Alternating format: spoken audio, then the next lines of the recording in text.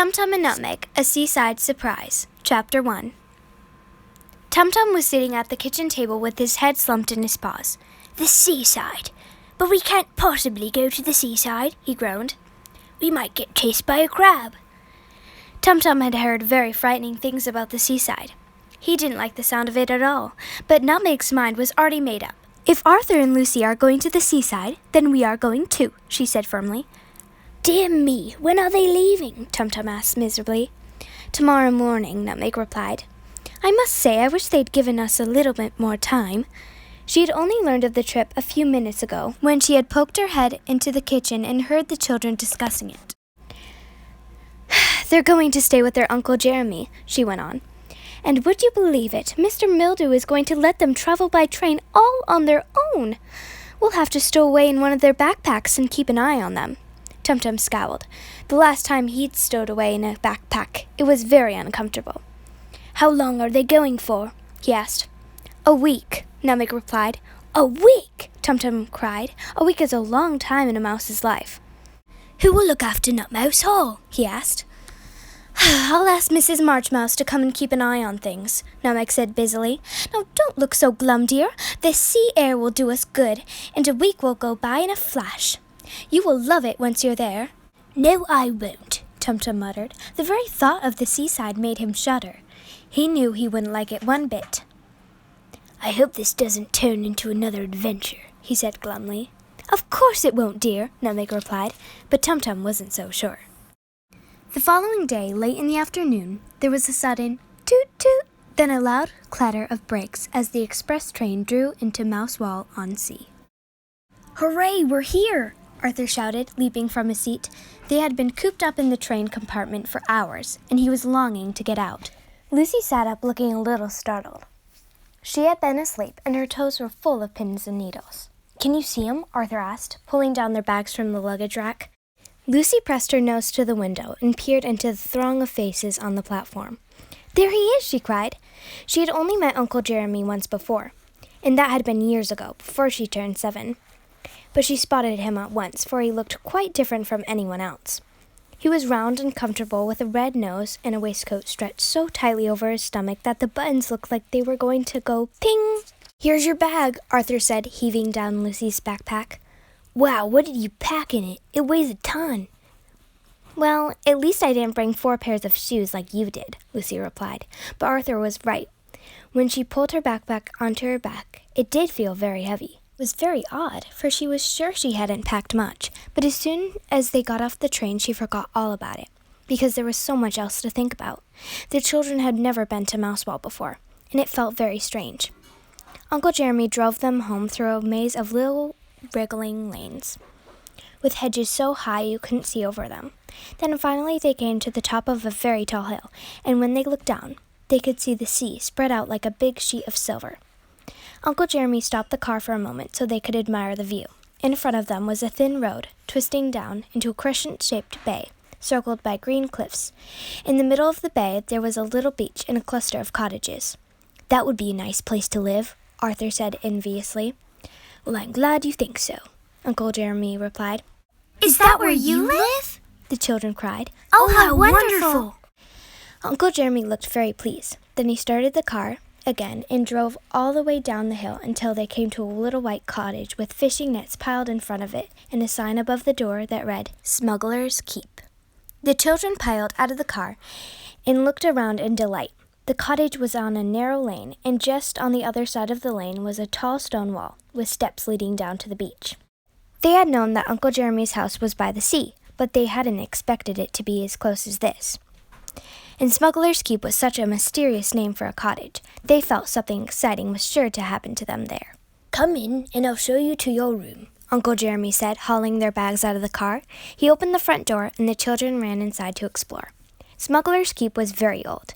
The furniture was dark and dusty, and the floorboards creaked. The children's bedroom was at the top of the house, and it had tall wooden beds and a pointed window looking out to the sea. "You sort yourselves out, and then we can have dinner," Uncle Jeremy said, dropping their bags on the floor. "Mrs. Blythe has made a fish pie." Uncle Jeremy had already told the children about Mrs. Blythe. She was his housekeeper, and she did everything for him. or at least everything that Uncle Jeremy felt he couldn't do himself, such as cooking and cleaning and making beds. "We'll be down in a minute," Arthur said. He hadn't eaten anything since lunch, and his stomach was rumbling. "I'll take this bed," he said, claiming the one closest to the window. "All right," Lucy said, thinking it wasn't worth arguing about. She tossed her backpack onto the other bed, the one closest to the door, and as it landed, she heard something squeak. "Goodness, doesn't this room feel funny?" she said. "Everything creaks." Arthur ran to the window and opened it. That creaked too. "Wow," Lucy said. "Look at that." For tucked beside the wardrobe was a big dollhouse with pale pink walls and peppermint shutters. Lucy thought it was the prettiest dollhouse she had ever seen, and yet when she peeked inside, it was quite empty, for there was not a stick of furniture, not even a bed. "I wonder whose it is," she said. "It's odd that it doesn't have anything in it." "Oh, I don't know, maybe it belonged to Uncle Jeremy when he was a little boy," Arthur said. He wasn't interested in dollhouses. He wanted to explore the beach. But Lucy thought it was rather mysterious. "If only we were here longer, I could make some furniture for it," she said. She was still gazing at it as she pulled open the strings of her backpack and started tugging out the contents onto her bed.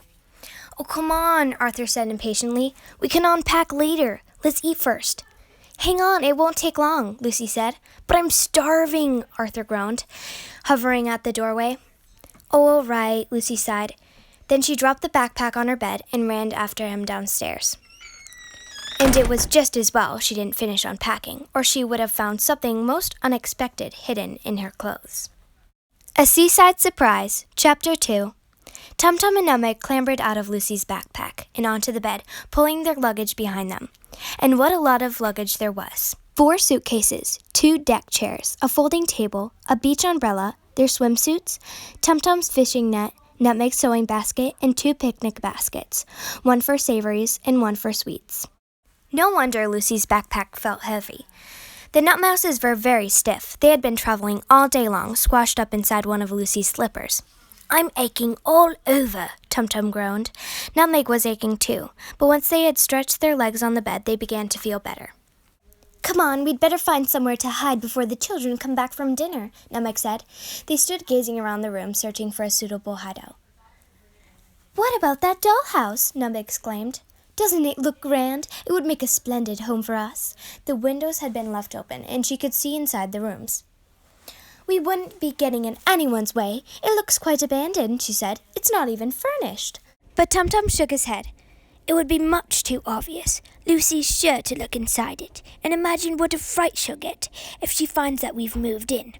Let's try under there," he suggested, pointing to a big dresser in the corner. It was raised on 4 legs, so there would be just enough room for them to stand up underneath it.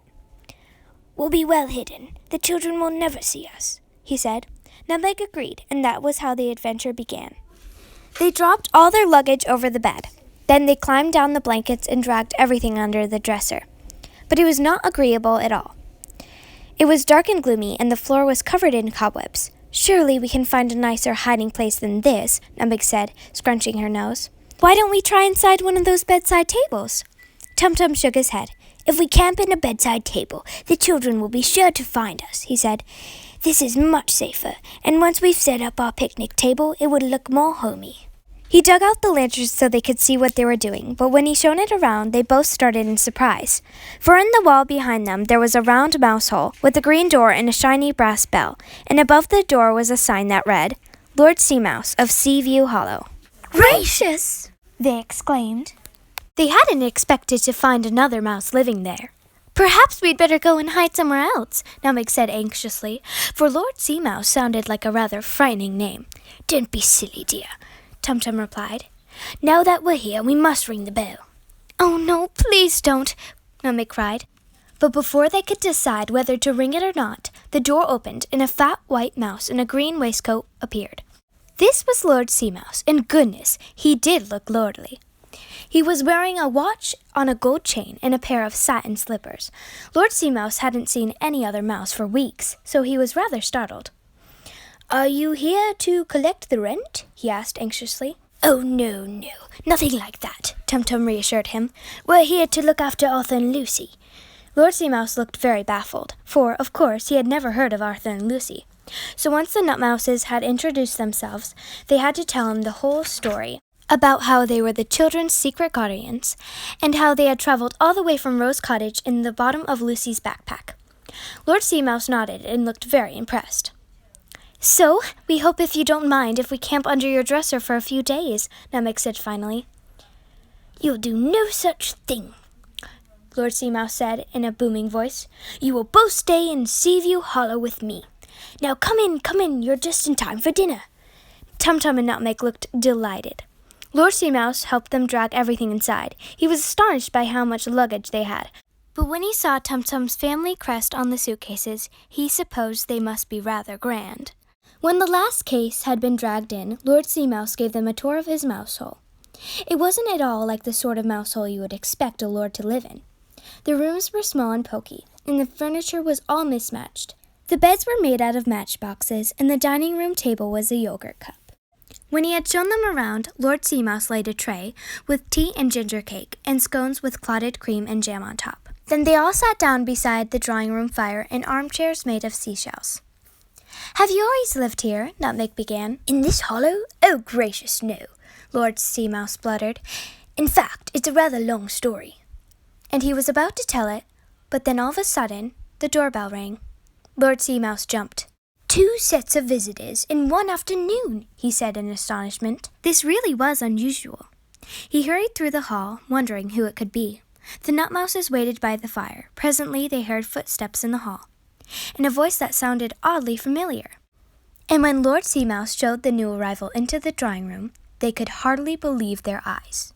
"Well, dear me," Tumtum stammered, "if it isn't General Marchmouse!" That is the end of Chapter 2.